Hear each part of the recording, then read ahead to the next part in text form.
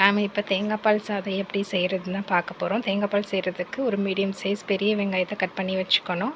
அப்புறம் பச்சை மிளகா தேவைக்கேற்ப ஒரு 4-5 மிளகா, அது தக்காளி ஒரு முழு சைஸ் தக்காளியை வந்து ஒரு அரையாக கட் பண்ணி வச்சுக்கணும். அப்புறம் கொத்தமல்லி, கருவேப்பிலை, சோம்பு, பட்டை, இலை, 3 லவங்கம், 2 ஏலக்காய், இஞ்சி பூண்டு பேஸ்ட்டு. தேங்காய் பால் நான் வந்துட்டு ஒரு கிளாஸ் டம்ளருக்கு 2 டம்ளர் தேங்காய் பால் திக்காக அரைச்சி வச்சுருக்கேன். அரை மூடி தேங்காய் எடுத்துக்கிட்டால் போதும். அப்போ 1 டம்ளர் அரிசி வந்துட்டு நான் ஊற வச்சுருக்கேன். 1 டம்ளர் அரிசினா நான் 1/4 கிலோ இருக்கும்.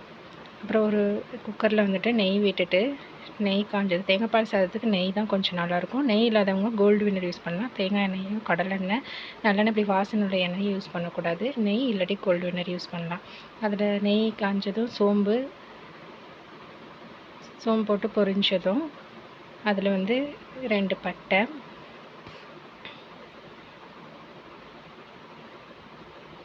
லவங்கம், ஒரு இலை,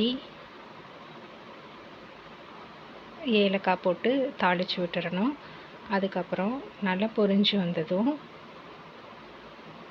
நறுக்கி வச்ச வெங்காயத்தை எடுத்து அதில் போடணும்.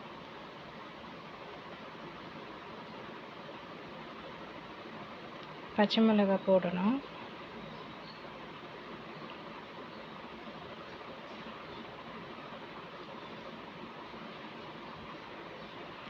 நறுக்கி வச்ச வெங்காயத்தை போட்டுட்டு அது வந்து பொரிஞ்சதும் நல்லா மாநிறமாக பொரியணும்.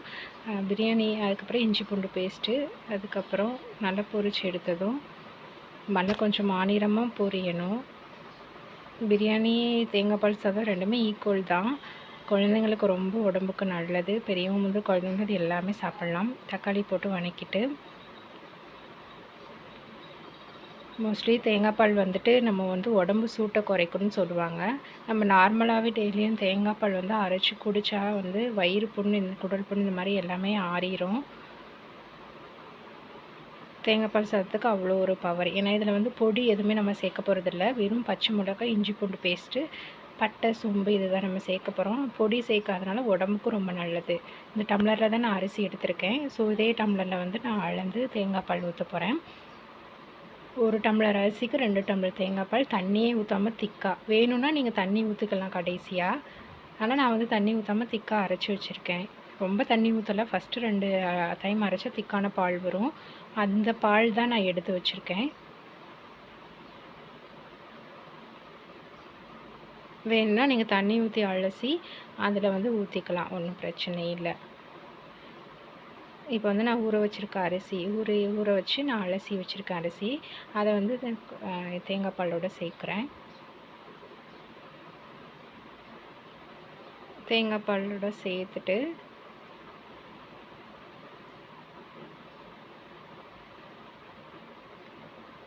இது யார் வேணாலும் செஞ்சு சாப்பிடலாம். நார்மலாக வந்து குக்கர் யூஸ் பண்ணாதவங்க இதை நான் தம் போட்டு பண்ணாலும் சேம் இதே தான். தம் போட்டு பண்ணலாம். தம் போடுறதுக்கு வந்து கரெக்டான அளவில் தண்ணி வச்சு இதே மாதிரி தண்ணி தேங்காய் பால் கொஞ்சம் அதிக தண்ணி இல்லாமல் தேங்காய் பால் திக்காக எடுத்திங்கன்னா உங்களுக்கு சுவையாகவும் இருக்கும்.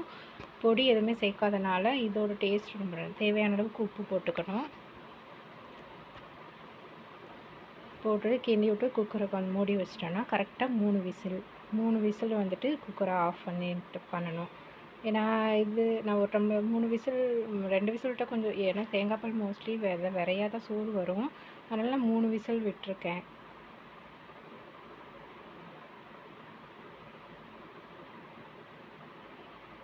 மூணு விசில் விட்டு குக்கரை ஆஃப் பண்ணி நான் எடுத்துட்டேன். இப்போ பாருங்கள் தேங்காய் பால் சாதம் எவ்வளோ அருமையாக வந்திருக்குன்னு. இந்த மாதிரி பதத்தில் தான் வந்திருக்கும்.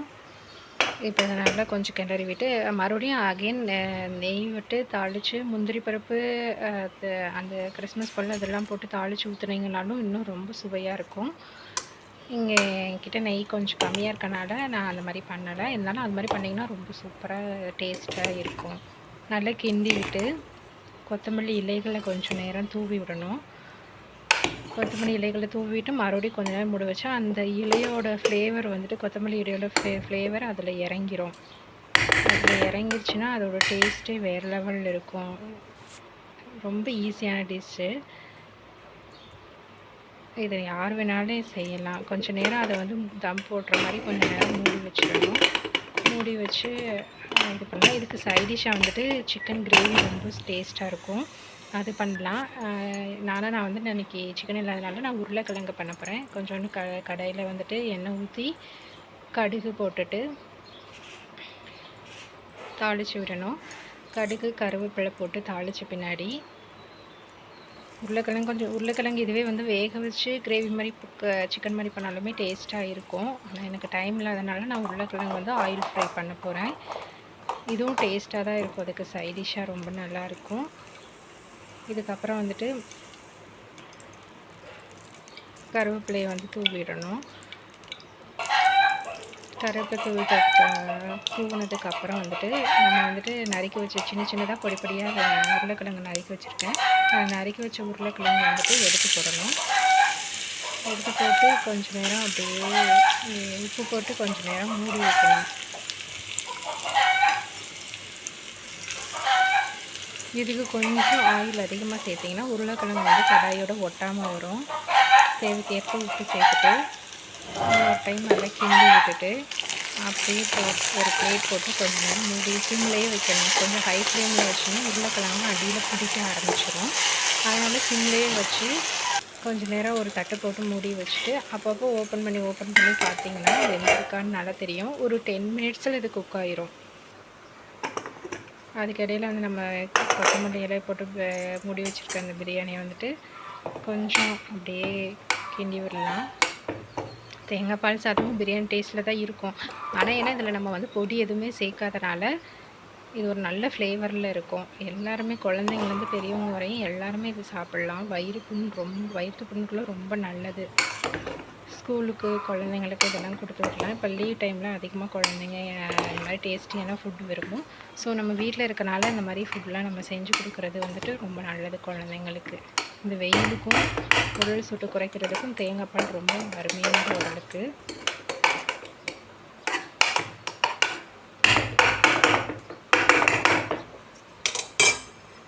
ஆனால் இதில் வந்து கடலெண்ணெய் நல்லெண்ணெய் இது மட்டும் சேர்க்கக்கூடாது. இது சேர்த்தா கொஞ்சம் அந்த வாடை அடிக்கும். இப்போ உருளைக்கிழங்கு வெந்துருச்சு. கொஞ்சம் சிம்மில் வச்சு நம்ம கிண்டணும். ஹை ஃப்ளேமில் வச்சுன்னா அடியில் உருளைக்கிழங்கு பிடிக்க ஆரம்பிச்சிடும். இப்போ நம்ம வந்துட்டு கொஞ்சோண்டு சிக்கன் மசாலா, அதில் கொஞ்சோண்டு தனி மிளகாத்தூள் 2ம் கலந்து வச்சுருக்கேன். அதை போட்டு இப்போ ஒரு கிண்டணும். அதுக்கப்புறம் இஞ்சி பூண்டு வந்து இடித்து வச்சுருக்கேன். ஏன்னா அது உருளைக்கிழங்கு வாய்வு, அதனால் பூண்டு இடித்து வச்சுருக்கேன். பூண்டுக்கு பதிலாக பெருங்காயம் இருந்தாலும் நீங்கள் பெருங்காயம் போட்டுக்கலாம். நான் பூண்டு மட்டும் போட்டு கிண்டி வச்சுருக்கேன். பாருங்கள், உருளைக்கிழங்கு அவ்வளோதான் ரெடி ஆயிடுச்சு. நல்லா குக் ஆயிடுச்சு, ரெடி ஆயிடுச்சு. இப்போ வந்து நம்ம பிளேட்டுக்கு வந்துட்டு இந்த சாப்பாடு உருளைக்கிழங்கு எடுத்து வச்சு பார்க்கலாம். ரொம்ப சுவையானது. நீங்களும் ட்ரை பண்ணுங்கள். பிடிச்சிருந்தால் லைக் பண்ணுங்கள், ஷேர் பண்ணுங்கள், கமெண்ட் பண்ணுங்கள். தேங்க்யூ.